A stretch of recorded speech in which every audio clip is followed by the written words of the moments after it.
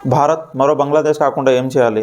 ఒక క్రిస్టియన్కి మిగిలిన వాళ్ళు అన్యులు, మూడులు, ఒక ముస్లింకి కాఫీర్లు. మరి హిందువులకి ఎందుకు అందరు సమానులు? లౌకికవాదం హిందువులకి ప్రమాదం ఎలా? తప్పకుండా వీడియో మొత్తం చూడండి. మీ బాధ్యతగా లైక్ చేయండి, షేర్ చేయండి, సలహాలను కామెంట్ల రూపంలో తెలియచేయండి. మీ ఇంట్లో మీరు, మీ భార్య, అమ్మ, నాన్న, ఒక అక్క, ఒక తమ్ముడు, ముగ్గురు పిల్లలు మరియు మీ తాతగారు ఉన్నారు. ఏదైనా ఒక నిర్ణయం తీసుకోవాలి అంటే ఎవరు తీసుకుంటారు? ఖచ్చితంగా అనుభవం ఉన్న వ్యక్తి, మీ తాతగారి సలహా మేరకు మీ నాన్నగారు తీసుకుంటారు. అలా కాదు, అందరూ ఒక్కో అభిప్రాయం మీద ఉన్నారు, అందరికీ సమానాధికారం ఉన్నాయి అనుకోండి. అప్పుడు తీసుకునే నిర్ణయం ఏ విధంగా ఉంటుంది? అందరికీ సమాన అధికారం ఉండాలి అంటే ముందు సమాన అనుభవం ఉండాలి, సమానమైన బాధ్యత కలిగి ఉండాలి. బాధ్యత అంటే ఏంటో తెలియని పిల్లలు, ఇంటి పేరు మారాల్సిన అక్కగారు, తాగుబోతు తమ్ముడు, అనుభవంతో జుట్టు నెరిసిన తాతగారు, వీరు అందరూ సమానంగా ఎలా తూగుతారు? సమాన హక్కు అంటే అర్హతకు తగ్గట్టు అధికారం ఇవ్వడం కాదా? ఇది ఒక కుటుంబం గురించి. మరి దేశం కూడా మన కుటుంబమే కదా. దేశ భవిష్యత్తుని నిర్మించే అధికారం అందరికీ ఒకటే ఎలా ఉంటుంది? అలా ఉంటే దేశం ఎటుపోతుంది? అసలు భిన్నత్వంలో ఏకత్వం నిజంగానే కుదురుతుందా?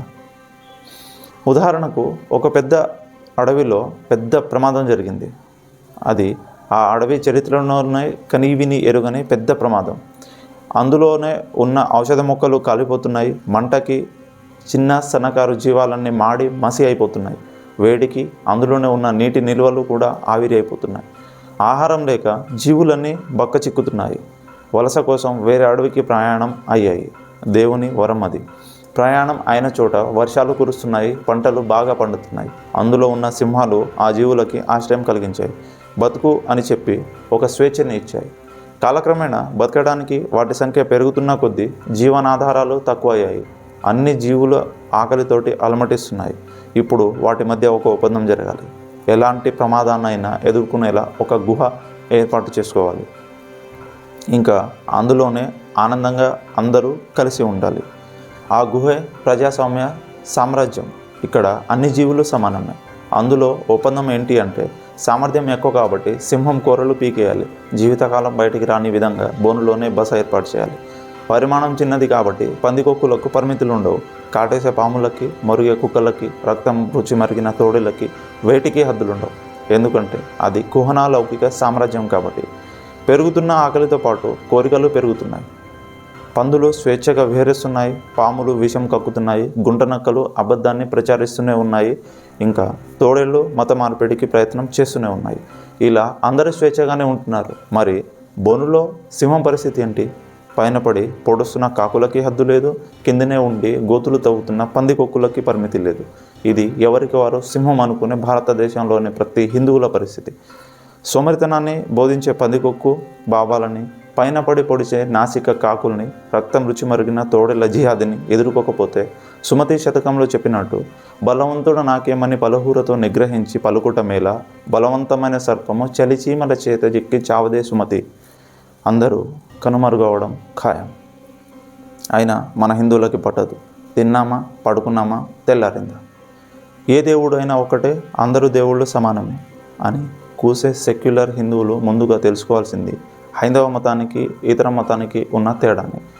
వర్గంలో ఉన్న అత్యంత బలహీనుడు కూడా బతకాలి అన్నట్టు మనకు విధులను పెట్టి మనలోనే వెతికితేనే మనకు దర్శనమిస్తాను అని మనంగా ఆకలి తీసుకోవడానికి సరిపడా జ్ఞానాన్ని ఇచ్చింది హైందవ సంస్కృతి. కానీ బలంగా ఉన్నవాడికే బతికే హక్కు ఉన్నది అన్నట్టు అందరికీ స్వేచ్ఛనిచ్చి ఎవరి బలం ఎంతనో తెలుసుకొని తన మతంలో ఎంతమంది పరమతస్తులను మార్చారు అన్న లెక్కపైన పరమతంలో ప్రవేశం ఇస్తాను అని చెప్పింది, ఆకలితోటి వదిలేసింది పాశ్చాత్య సంస్కృతి. ఒక క్రిస్టియన్కి మనం అన్యులము, ఒక ముస్లింకి మనం కాఫీలం. మరి వాళ్ళ ఆకలి పరలోకంలో తీరాలి అంటే వాళ్ళ మత గ్రంథాల్లో దేవుని వాక్యం ప్రకారం వాళ్ళ సంఖ్య పెరిగిన తర్వాత మనల్ని కూరగాయల్ని తరిగినట్టు తరిగినా ఎలాంటి హద్దులు ఉండవు. ఆకలితో అలమటిస్తున్న తోడేలుకి ఎలాంటి నియమాలు లేదు అన్నట్టు వదిలేస్తే ఎలా ఉంటుంది? తన మన భేదాలు ఉండవు. మనలాగా లౌకికవాదం అసలే ఉండదు.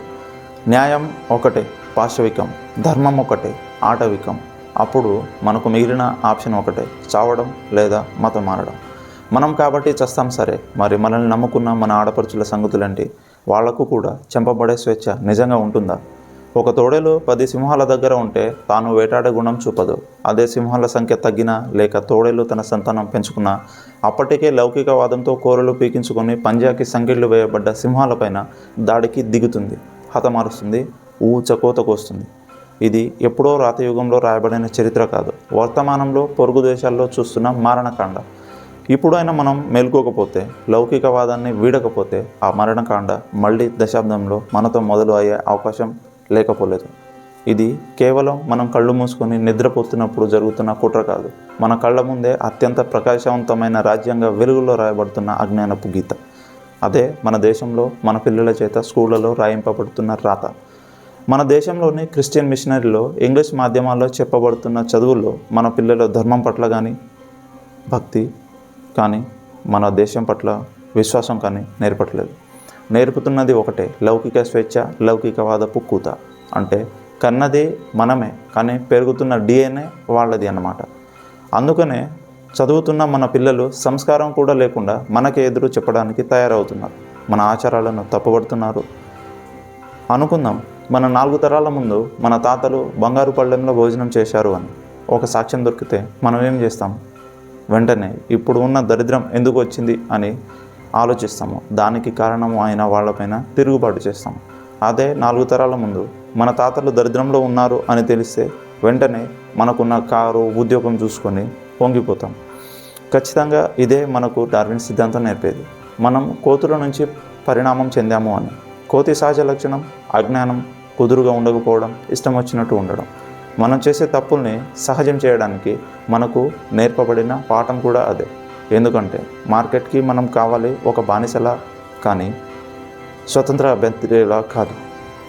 అదే మనం స్వయంగా బ్రహ్మదేవుడు సృష్టించిన మనవు నుంచి వచ్చాము అని తెలిస్తే అప్పుడు దైవత్వం, సహజత్వం అని తప్పు చేయడానికి భయపడతాము.